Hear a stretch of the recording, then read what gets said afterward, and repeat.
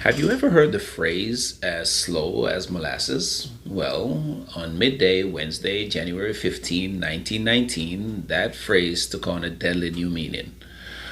Patrolman Frank McManus was at a call box in Boston North End reporting back to headquarters when he heard a deep rumbling roar.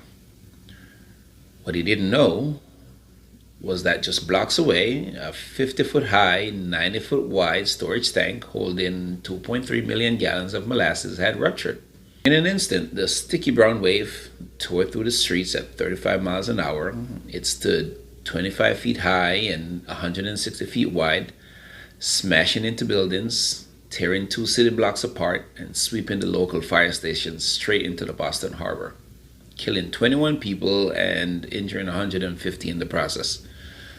In the aftermath, Dr. Nicole Sharp, an expert in fluid dynamics, worked with scientists from Harvard to recreate the disaster.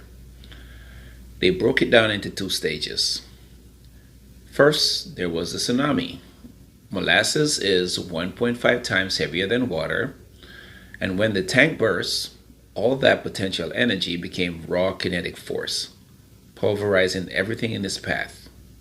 Bones were broken, bodies were hurled into walls, buildings, and even train cars. And then there was the hardening. As the molasses slowed, the cold January air began to thicken it.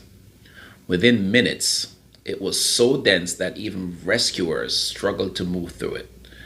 Firefighters found it nearly impossible to recover their victims. So how did this happen?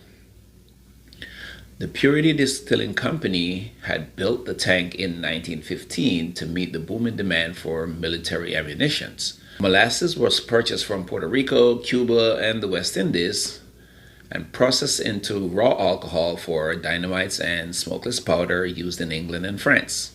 Arthur Well, the project manager, had no engineering or technical background. Instead of properly testing the tank by filling it all the way with water, he added just 6 inches. Unsurprisingly, the tank began to leak on the first day. Workers warned the company, but rather than fixing it, executives painted the tank brown to hide the seepage. A week before the disaster, a shipment of warm molasses was added directly to the cold contents inside, triggering fermentation and a gas buildup. Residents reportedly hearing the tank groan under the strain. Days later, with 26 million pounds of liquid pressing against the steel walls, it was boom time. After 5 years in court, USIA, Purity Distilling Company's parent company, was found liable and ordered to pay over $600,000, about $7,000 to each victim in today's money. To this day, the Boston molasses flood remains one of America's strangest and deadliest industrial accidents. A sticker reminder that when warnings are ignored and safety takes a back seat to profit, it's only a matter of time before disaster flows.